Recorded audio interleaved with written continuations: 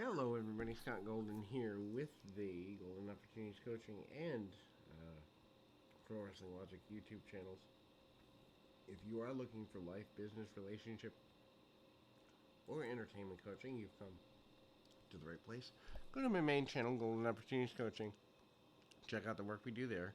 As for here, this is the WCW Saturday Night Review Series for 21st of November, 1992. We are fast approaching the year of 1993, obviously. By the end, we'll probably have about 130 to 150 of these WCW Saturday Night episodes, and then start another series, or maybe go back to Smoky Mountain. I'm not sure what I'll do yet. We'll figure it out. Anyway, Tex Slazenger and Shanghai Pierce against Joe Cruz and another enhancement talent are there. There is the noose by the Texas Longhorns, so to speak. Not exactly something we'd write home about today. I can't get away with that 30 years, almost 30 years later. But big body slam by Pierce and the miss of the arm, or the miss of the elbow drop into an arm bar, and some basic stuff here. Tex Slazenger comes in, good tag offs by the heels. They are getting along relatively well. They work together, and both guys doing a lot of power work. Obviously, nothing to sneeze at there. Pull down and basic stuff as far as aggression. What eventually becomes known as the slop drop of what ends up being Henry O. Godwinn, aka Tex Slazenger, gets the win for the team in relatively quick fashion here in 1992. Vader basically says he's going to annihilate everyone in his path, including but not limited to Dustin Rhodes and others, as it relates to the King of Cable tournament. And Vader is still on the hunt for the World Championship back. Obviously, former champion not happy with his foray into, being a former champion. Conflict highlight video between Rhodes and Wyndham versus Dustin and or Rhodes and Wyndham versus Douglas and Steamboat. There is the highlights of the Clash of the Champions, including the low blow and Wyndham officially turning heel on Ricky Steamboat here. Then we go back for more highlights, work, and hype. We see Paul Orndorff come out. Orndorff, who has been a part of the Smoky Mountain Wrestling area at this point for a couple of months now, probably about 6 months, give or take. Coming back here, says he's at the top of the game, been all around the world. Openly challenges Ron Simmons as the world champion. Orndorff coming back after being away from the national scene for about, let's see, maybe 5 years. I think he did a few smaller shows for Herb Abrams in that time, maybe an international tour or two, but for the most part, he left WWF in '87 to get surgery, and I think he opened a bowling alley or something like that. So, short-term thing, but he is less than happy with not being treated like a guy who has every intention of being one of the best in the world. Larry Santo is the opponent for the Barbarian. Barbarian's push has cooled down. Santo has faced him in squash matches before. The result of this match undoubtedly would be the same. Barbarian manages to snap him over.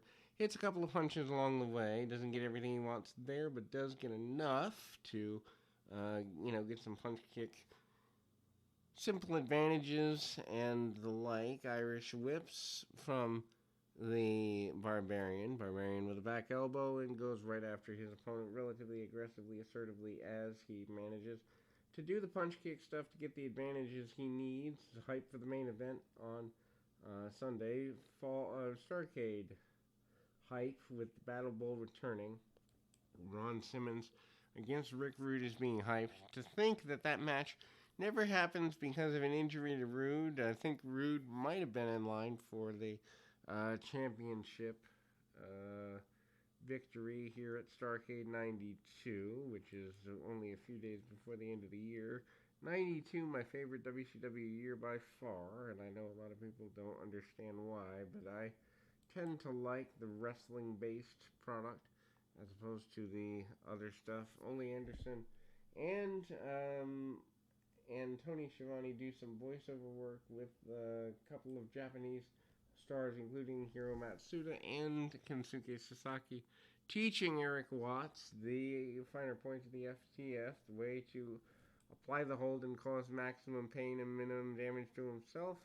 And the nature of Eric Watts being handpicked, I guess, by the international folks is an interesting run.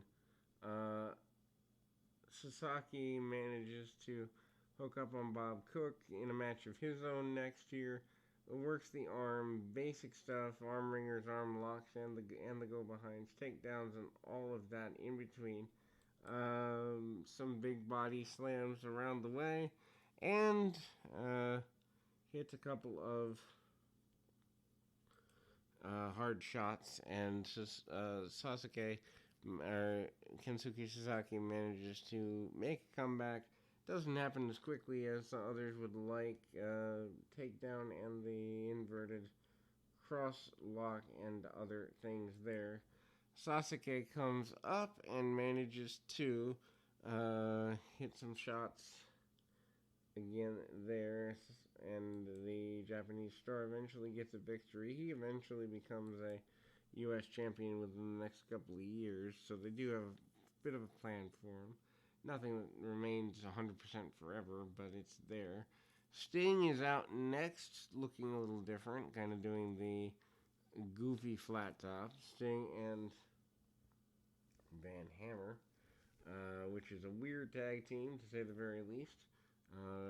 To me, it's a step down for Sting, but whatever. Van Hammer's being pushed like $1 million, so you got to do something with it, apparently.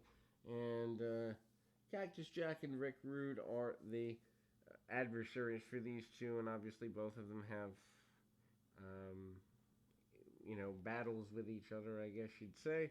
Hard shots by Sting. Sting manages to hit a couple of shots along the way and stays on him. Rude goes flying up for a backdrop, among other things there, and the continual stuff as it relates to everything going Sting's way for the next little while. Of course, the Beach Blast 92 match with Cactus Jack, by this point, I wouldn't say forgotten by announcers, but underplayed. Van Hammer and Rude coming in with the certain styles disparity is there. Van Hammer, they're trying to give him a push.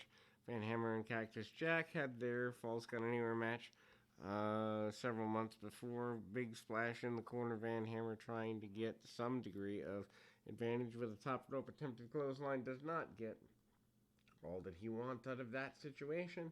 And Cactus Jack tries to take him down and keep him there. It doesn't work out exceptionally well. Rude manages to carry the guy on the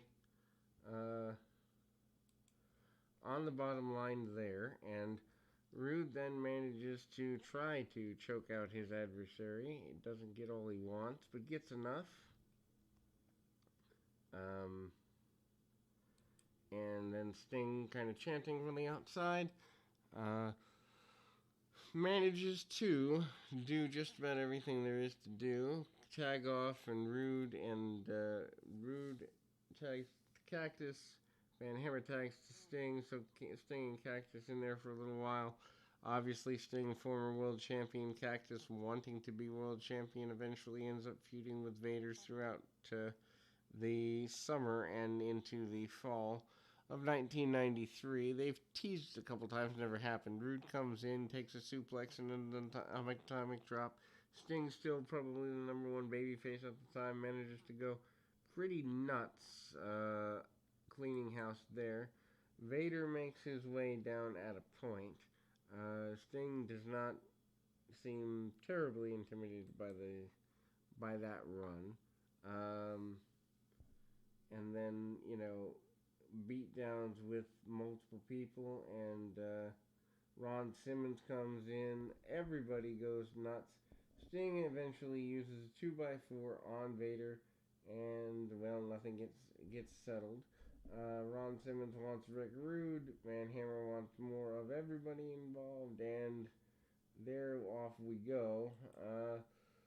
Then we kind of see highlights of the uh, boxing match between Johnny B. Bad and Scotty Flamingo from the recent Clash of the Champions. As is with boxing matches in wrestling, this is nothing to write home about, never has been, probably never will be, for wrestlers to act as boxers. Vader is upset about wanting a shot at Sting, wanting a shot at Dustin Rhodes. Sting, as mentioned, uses a 2x4, comes out and breaks a 2x4 over the back of Vader to get things going back in his general direction, and see a babyface exact that amount of revenge on a guy who is, in fact, so large is kind of an interesting runabout, whatever you want to call it. Harley Race is incensed by this, tells Bill Watts to shut up and do something. Watts is not impressed by being told what to do. And then we go to the King of Cable match between Dustin Rhodes and Vader. Vader still having to wrestle even though he's been assaulted with what would amount to a deadly weapon here in WCW in 1992. Rhodes doesn't want to back down. Rhodes does manage to fight back, fire back, and go at Vader pretty aggressively, assertively for the next several minutes, having difficulty knocking the man off his feet, but not getting rid of him completely by any stretch of the imagination. At the end of the day, what you really have is hard shots by Vader. Vader managing to hit a couple of clubbing shots along the way, manages to do everything he can, and hard shots by Vader. Vader is there. Vader is managing to do everything he can. Ground and pound, tries to take Rhodes out. Rhodes will not quit, will not surrender. Does take more punishment than average for a babyface, but at the same time, Vader does manage to maul him pretty aggressively. Referee asks Rhodes if he wants to stop. Rhodes declines to stop, even though Vader has taken the majority of the match. Vader nails him with more shots and short clotheslines and the like. 6 minutes left in the program, and it is no fun to be in Dustin Rhodes' shoes for sure. Hard shots there. Vader manages to punch, kick, and choke out his adversary, and ultimately Irish whip. Hard shot. And Rhodes with a roll up and a 2 count, and ultimately Rhodes then manages to go to the top rope, no longer banned. Cross hard clothesline there. Actually, I said King of Cable earlier in this. King of Cable's already ended, I believe, sometime in the month of November. And I gotta grab my phone. But suffice to say, Vader gets a victory within the next couple of minutes, and that will close us for this particular edition